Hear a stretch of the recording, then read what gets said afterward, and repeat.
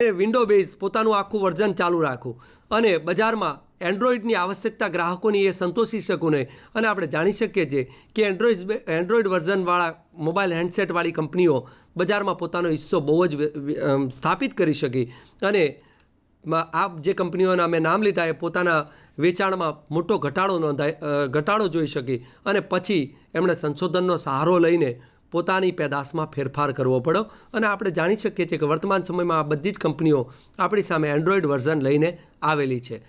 ત્યાર પછીનો મુદ્દો છે હરીફ ઉત્પાદકોની તાકાતનું માપ કાઢવા માટે. હરીફ ઉત્પાદકોની પણ સ્ટ્રેન્થ હોય છે. જો બજારમાં ટકવું હોય તો તમારા હરીફની તાકાત તમારે ફરજિયાતપણે જાણવી પડે છે. જો તમારા હરીફની તાકાતથી તમે માહિતગાર નહીં હોય તો ક્યારેય પણ તમે એને ડિફીટ કરવા માટે અથવા એને કોમ્પીટ કરવા માટેની તમે સ્ટ્રેટેજી ક્યારેય પણ ડેવલપ નહીં કરી શકો. એટલે તમારે જો આ એક વ્યૂહરચના વિકસાવવી છે તો ચોક્કસપણે હરીફની તાકાત તમારે જાણવી પડે છે. અને હરીફની તાકાત સંશોધનથી જ જાણી શકાય છે કે કયા ક્ષેત્રમાં હરીફ આપણાથી ચડિયાતો છે અથવા કયા ક્ષેત્રમાં હરીફથી આપણે ઉતરતા છીએ. આ બંને બાબત એક જ છે, પરંતુ એ જાણવું બહુ જરૂરી છે. એક હરીફની તાકાત જાણીએ છીએ ત્યારે આપણી નબળાઈ સાબિત થાય છે કે આપણે હરીફની જે ક્ષેત્રમાં હરીફ તાકાતવર છે એ ક્ષેત્રમાં આપણે થોડા નબળા છીએ એ આપણે સ્વીકારવું પડે છે. અને એ જાણવા માટે સંશોધનનો મુખ્ય ઉદ્દેશ છે. ત્યાર પછીના મુદ્દા ઉપર આપણે વાત કરીએ છીએ કે ગ્રાહકની ખરીદ શક્તિનો ખ્યાલ મેળવવા માટે બજાર પ્રક્રિયા સંશોધનની આવશ્યકતા છે. અને એ જ રીતના જાહેરાત નક્કી કરવા માટે પણ ગ્રાહકની માર્કેટિંગ રિસર્ચની આવશ્યકતા છે. આપણે જાણીએ છીએ કે મોટાભાગે ડીઓ, જેને આપણે બોડી સ્પ્રે તરીકે વાત કરી છે, ડીઓ મોટાભાગે યંગસ્ટરમાં ઉપયોગી હોય છે.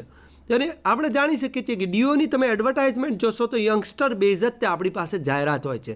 અને આ જાહેરાત યંગસ્ટરને શું જરૂરી છે, યંગસ્ટર શું માગે છે, અને કારણ કે આપણો મોટાભાગનો ડીઓનો યુટિલાઇઝ કરનાર જે આપણો ગ્રાહક વર્ગ છે એ ગ્રાહક વર્ગ યુવા વર્ગ છે. તો યુવા વર્ગને ફોકસમાં રાખીને અથવા યુવા વર્ગને કેન્દ્રમાં રાખીને તે જાહેરાતના માધ્યમો અથવા જાહેરાતનો જે આખું કોપી ઘડવામાં આવેલી હોય છે. જાહેરાત નક્કી કરવી અથવા જાહેરાતનું માધ્યમ નક્કી કરવા માટે ચોક્કસપણે બજાર પ્રક્રિયા સંશોધન અથવા માર્કેટિંગ, જેને આપણે માર્કેટિંગ રિસર્ચ કહીએ છીએ, એની આવશ્યકતા છે.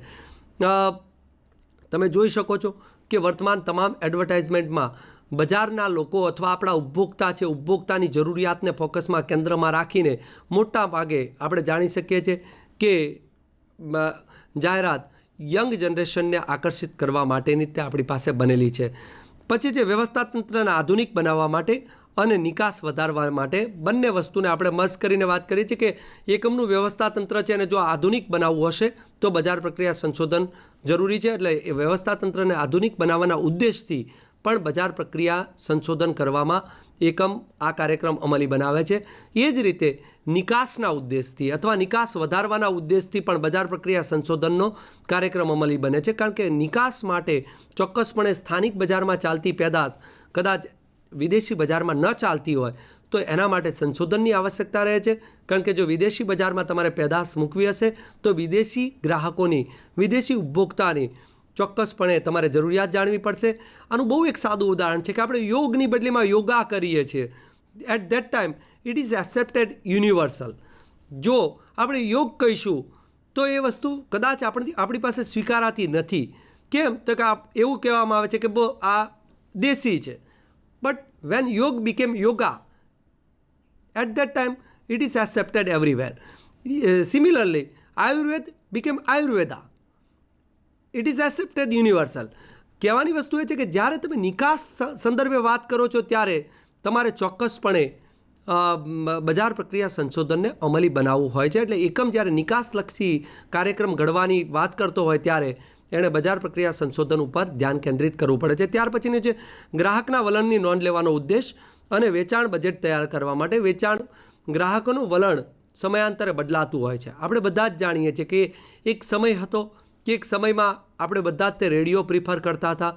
રેડિયો બજારમાંથી આઉટ ઓફ ડેટ થઈ ગયો, આપણે રેડિયોથી વિમુખ થઈ ગયા. તો શું રેડિયો નાશ પામેલો છે?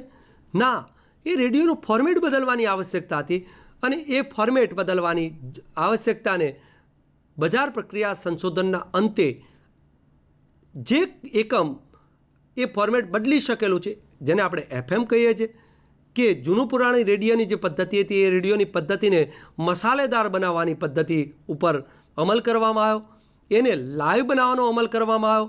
આપણે જાણી શકીએ છીએ કે આપણે FM સાંભળતા હોય ત્યારે આપણા શહેરના કયા રસ્તા ઉપર કેવો ટ્રાફિક છે એ પણ આપણને માહિતગાર કરે છે, અને જેના પરિણામે આપણે ચાલુ ડ્રાઇવિંગ દરમિયાન પણ આપણે FMનો મહત્તમ આપણે જાણી શકીએ છીએ કે અત્યારે વર્તમાન સમયમાં ગાડીમાં મહત્તમ કદાચ CD પ્લેયર કે પેનડ્રાઈવ કે કોઈ પણ ચિપ્સ કરતાં પણ મેક્ઝિમમ જો કોઈ વસ્તુ વપરાતી હોય તો અત્યારે આપણે FM રેડિયોઝ આપણે વાપરીએ છીએ. એની પાછળનું કારણ છે બજાર પ્રક્રિયા સંશોધનના પરિણામે પેદાશમાં ફેરફાર કરીને અથવા ગ્રાહકના વલણોને પારખી શકેલા છે. વર્તમાન સમયમાં આપણે જાણી શકીએ છીએ કે ઘણી બધી પેદાશો છે જે પેદાશને આપણે અલગ ફોર્મેટમાં બનાવી શક્યા છે. ભૂતકાળમાં આપણે જે પેદાશ સ્વીકૃત નથી એ પેદાશને પણ આપણે સ્વીકૃત બનાવી શકેલા છે. અને એનું એક બહુ તાદસ ઉદાહરણ છે આપણી પાસે એજીટેરિયન, કે જેને આપણે એગ્સને વેજીટેરિયનના ફોર્મેટમાં અથવા બંનેને મર્જ કરીને આપણે લોકો સામે મૂકી શકેલા છે, અને લોકો ડે બાય ડે એનો સ્વીકાર પણ કરતા થયેલા છે કે એજીટેરિયન ઇટ મીન્સ કે it is nearer to vegetarian or it is already vegetarian. જ્યારે આ સંશોધનના જો સંશોધન કરવામાં ન આવેલું હોય કે લોકો શું અપેક્ષા ધરાવે છે તો આ બાબત આપણે અમલમાં ન લાવી શકેલા હોત. ત્યાર પછીનો મુદ્દો જોઈએ છે, આપણે એક નજર નાખીએ છીએ, અને એ છે આપણે માર્કેટિંગ સંશોધનની પ્રક્રિયા ઉપર આપણે સીધા વાત કરવા જઈ રહ્યા છીએ કે માર્કેટિંગ સંશોધનની પ્રક્રિયાને મુખ્યત્વે આપણે 7 ભાગમાં અથવા 7 પદમાં 7 સ્ટેપમાં વિભાજિત કરી શકીએ છીએ. આ 7 સ્ટેપ ફરજિયાત નથી, અને 5 સ્ટેપ પણ કરી શકાય છે, અને આના 11 સ્ટેપ પણ આપણે બનાવી શકીએ છીએ. સૌથી પહેલી છે ઉદ્દેશની સ્પષ્ટતા. Why research is essential. શા માટે આપણે સંશોધન કરવા જઈ રહ્યા છીએ. હમણાં જ આપણે એકમના ઉદ્દેશો વિશે ચર્ચા કરી કે એકમના આ બધા ઉદ્દેશ છે. જો આપણે નિકાસ માટે સંશોધન કરવા જઈ રહ્યા છીએ તો નિકાસ વધારવા માટે સંશોધન કરવા જઈ રહ્યા છીએ તો આપણું ફોકસ એક ક્ષેત્રમાં જ હોવું જોઈએ. શા માટે એ સૌથી પહેલી વાત છે. અને એકમ જ્યારે પોતાનો માર્કેટિંગ સંશોધનનો કાર્યક્રમ અમલી બનાવે ત્યારે સૌથી પહેલાં એના ઉદ્દેશની સ્પષ્ટતા હોવી જોઈએ. બીજો પ્રશ્ન આપણી પાસે ડિફાઇનિંગ રિસર્ચ પ્રોબ્લેમ, જેને આપણે કહીએ છીએ પ્રશ્ન નિર્ધારણ. એકમે પોતાનો પ્રશ્ન જાણવો પડે છે. આનું બહુ સરસ ઉદાહરણ છે કે વેચાણ ઘટેલું છે અથવા બજાર હિસ્સો ઘટેલો છે, તો એનું કારણ શું છે? આ બજાર હિસ્સો ઘટવો કે વેચાણ ઘટવું એ કોઈ પ્રશ્ન નથી, એ એકમ માટે એક લક્ષણ છે જેને આપણે સિમ્ટમ્સ કહીએ છીએ. અને મોટાભાગે એકમ છે, પેઢી છે, એ સિમ્ટમ્સને એટલે કે લક્ષણને પ્રશ્ન સમજે છે, સમસ્યા સમજે છે. પ્રશ્ન કંઈક જુદો છે અને સંશોધનથી ફલિત થાય છે. એટલે બીજી વસ્તુ છે પ્રશ્ન નિર્ધારણ. આ બીજું સ્ટેપ છે. What is our research problem? આપણો સંશોધનનો પ્રશ્ન શું છે? એકમનો ઉદ્દેશને અનુરૂપ પ્રશ્ન શું છે? પ્રશ્ન સ્થાપિત કરવો એ બજાર પ્રક્રિયા સંશોધનનું બીજું પગલું છે. અને એના ઉપર છે સંશોધન રચના તૈયાર કરવી.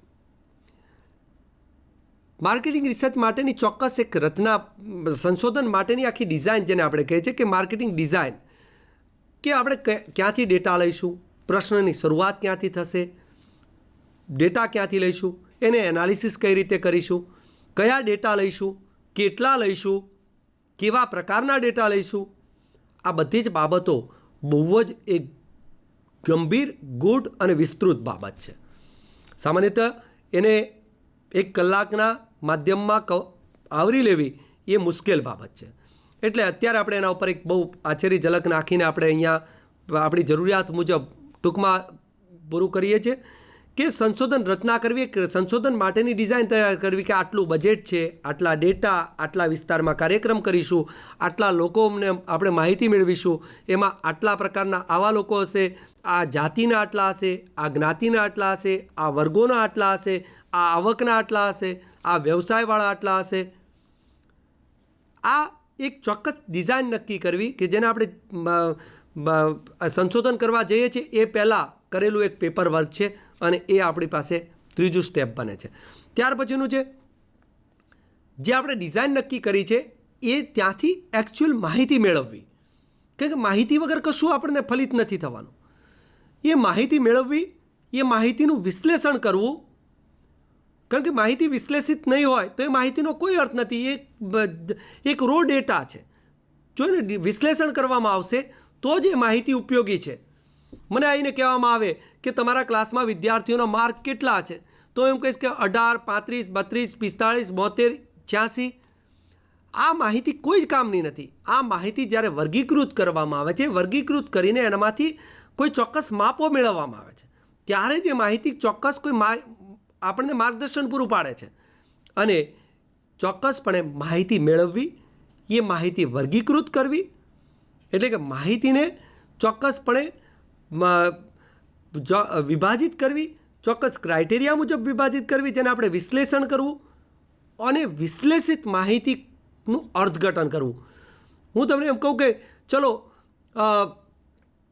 મેં કોઈ રિસર્ચ કર્યું, બજાર પ્રક્રિયા સંશોધન કર્યું. બજાર પ્રક્રિયા સંશોધનના અંતે મને ગ્રાહકોની આવશ્યકતા અને જરૂરિયાત, એટલે કે લોકોની જાતિ અને પેદાશના કલર વચ્ચે કોઈ તફાવત છે કે કેમ, પસંદગી વચ્ચે કોઈ તફાવત છે કે કેમ, આ એક મેં નાનકડું એવું સંશોધન કર્યું. અને સંશોધનમાં મારી પાસે મેં 200 વ્યક્તિઓ પાસેથી આ માહિતી એકત્ર કરેલી છે. મારી સેમ્પલ સાઇઝ 200 હોય અને 200 વ્યક્તિ એટલે મારી પાસે એક ગુરુ નિદર્શ થશે, જેને આપણે લાર્જ સેમ્પલ કહીએ છીએ. લાર્જ સેમ્પલ ટેસ્ટ થશે અને લાર્જ સેમ્પલ ટેસ્ટ પ્રમાણે હું એમ કહું છું કે મારી પાસે ઝેડ વેલ્યુ આવી 1.76. મારી પાસે ઝેડ વેલ્યુ 1.76 આવીને મેં કીધું કે બસ ઝેડ 1.76. ચલો, તો આનો અર્થ શું? આનું અર્થઘટન શું? જો તમારી માહિતીનું વિશ્લેષણ કરેલું છે અને એનું અર્થઘટન તમે લોકો સુધી ન કહી શકતા, અથવા અર્થઘટન તમે તમારા માર્કેટિંગના જે કંઈ કાર્યક્રમ ઘડનારને તમે ન આપી શકતા કે is there any significant difference between gender and colour of product or not. જો આ આપણે કહી શકીએ કે હા, જાતિ અને પેદાશના કલર વચ્ચે, પેદાશના કલરની પસંદગી વચ્ચે એક સાર્થક તફાવત રહેલો છે કે નથી રહેલો. જો આ માહિતી વિશ્લેષિત અથવા વર્ગીકૃત કરેલી માહિતીનું અર્થઘટન જો ચોક્કસ ન કરી શકાતું હોય તો એ બજાર પ્રક્રિયા સંશોધનનો કોઈ અર્થ નથી. એટલે બજાર પ્રક્રિયા સંશોધનનું એક બહુ જ અગત્યનું પગલું છે, એક બહુ જ અગત્યનું સ્ટેપ છે, અને એ સ્ટેપ છે માહિતીનું અર્થઘટન. અને એ અર્થઘટનના અંતે ચોક્કસપણે એક સંશોધન અહેવાલ તૈયાર કરવો, અને એ અહેવાલ જે કોઈ ડિસિઝન મેકર છે, જે કોઈ નિર્ણયકર્તા લોકો છે, એ નિર્ણયકર્તા સુધી એ અહેવાલ પહોંચતો કરવો, અને એ પહોંચતો કરવાની કાર્ય કરવું, અને એ અહેવાલ ઉપર ચોક્કસ કાર્યક્રમો ઘડવા, અને એ કાર્યક્રમનો અમલ કરવું, એ અમલ કરેલા કાર્યક્રમનું મૂલ્યાંકન કરવું. આ અહીંયા આપણે બજાર પ્રક્રિયા સંશોધનની પ્રક્રિયાને પૂર્ણ કરી શકીએ. આ સ્ટેપમાં આપણે એની પૂર્ણ કરી શકીએ. ક્યારે? તો કે એના ઉપરનો અહેવાલ લેખન અને અહેવાલ રજૂ કરવો, એને આપણે બજાર પ્રક્રિયા સંચાલનની પ્રક્રિયાને પૂર્ણ આપણે જાહેર કરી શકીએ. અને એને અનુસંધાને એકમના સંચાલક, નીતિ ઘડનાર, અથવા જેને આપણે કહી શકીએ કે માર્કેટિંગ મેનેજરો આધારે ચોક્કસ નિર્ણય કરી શકે છે. નિર્ણયમાં પેદાશનો નિર્ણય, વિતરણનો નિર્ણય, કિંમતનો નિર્ણય, પેદાશ જીવન ચક્રનો નિર્ણય, આ બધા જ નિર્ણયોનો અમલ બજાર પ્રક્રિયા સંશોધનના અંતે થાય છે. આ સંદર્ભે કોઈ પણ આપની ઇન્ક્વાયરી હોય તો આપ ચોક્કસપણે સંપર્ક કરી શકો છો. સંપર્કમાં મારું ઈમેલ આઈડી છે, અને એ ઉપર તમે સંપર્ક કરી શકો છો. ઈમેલ આઈડી છે ajd1667@gmail.com. આભાર. નમસ્તે.